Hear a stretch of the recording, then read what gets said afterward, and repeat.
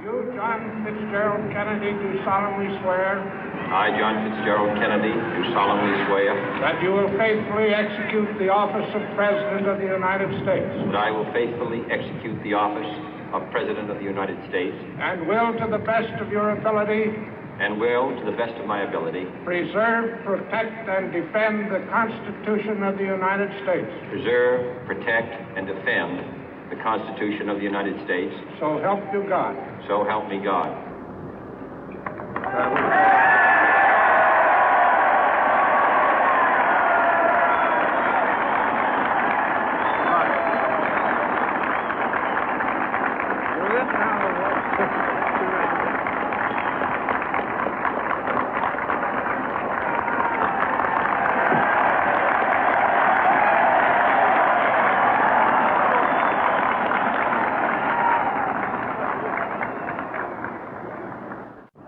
Vice President Johnson, Mr. Speaker, Mr. Chief Justice, President Eisenhower, Vice President Nixon, President Truman, Reverend clergy, fellow citizens. We observe today not a victory of party, but a celebration of freedom, symbolizing an end as well as a beginning, signifying renewal as well as change. For I have sworn before you and Almighty God the same solemn oath our forebears prescribed nearly a century and 3/4 ago. The world is very different now, for man holds in his mortal hands the power to abolish all forms of human poverty and all forms of human life.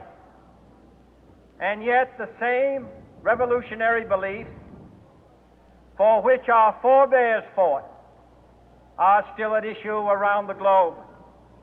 The belief that the rights of man come not from the generosity of the state, but from the hand of God. We dare not forget today that we are the heirs of that first revolution.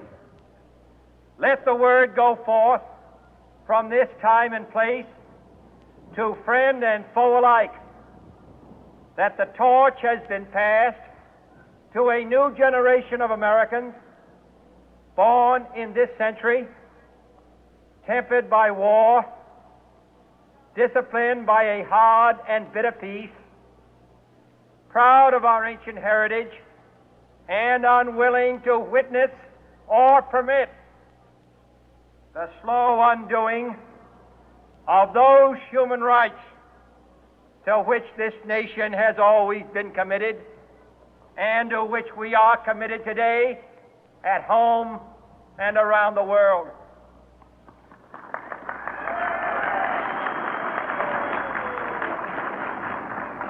Let every nation know, whether it wishes us well or ill, that we shall pay any price, bear any burden, meet any hardship, support any friend, oppose any foe to assure the survival and the success of liberty.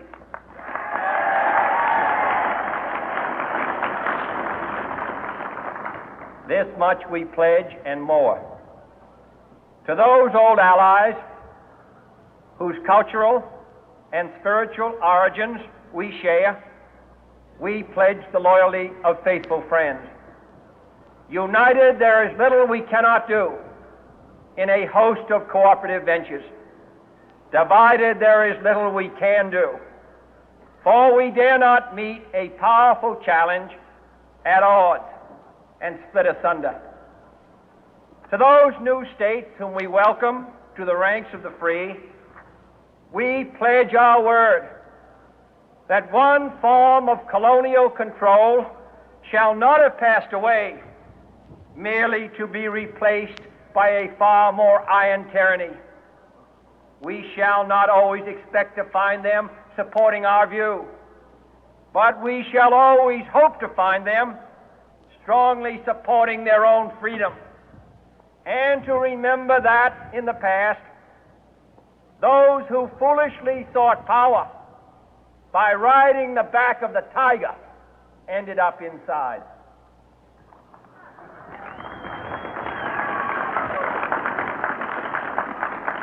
To those people in the huts and villages of half the globe struggling to break the bonds of mass misery, we pledge our best efforts to help them help themselves for whatever period is required, not because the communists may be doing it, not because we seek their votes, but because it is right.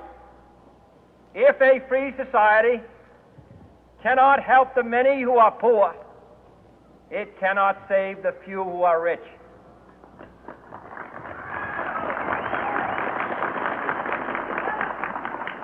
To our sister republics south of our border, we offer a special pledge to convert our good words into good deeds, in a new alliance for progress, to assist free men and free governments in casting off the chains of poverty.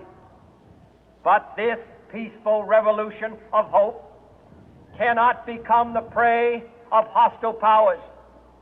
Let all our neighbors know that we shall join with them to oppose aggression or subversion anywhere in the Americas. And let every other power know that this hemisphere intends to remain the master of its own house.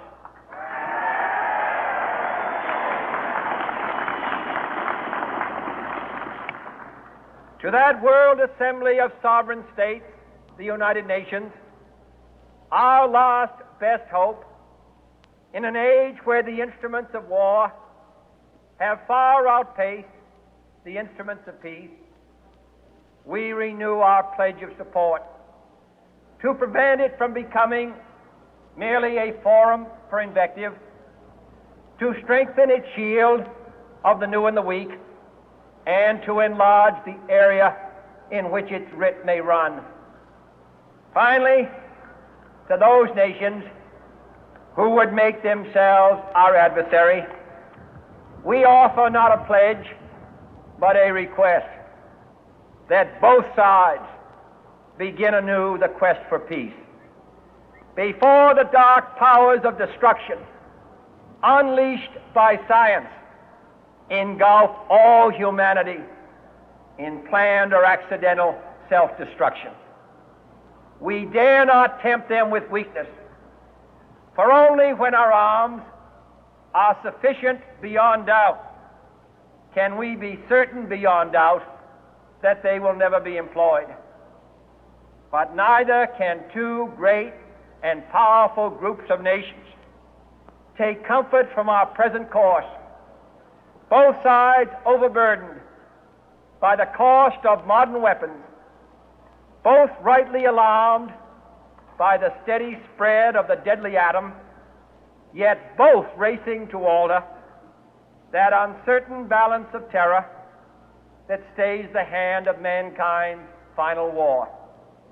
So let us begin anew, remembering on both sides that civility is not a sign of weakness, and sincerity is always subject to proof.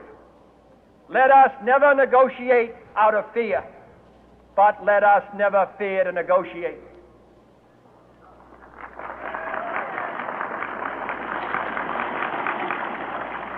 Let both sides explore what problems unite us, instead of belaboring those problems which divide us.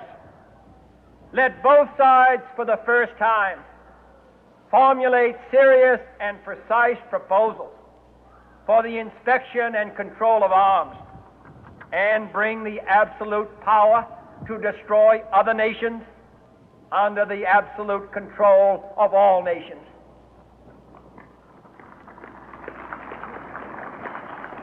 Let both sides seek to invoke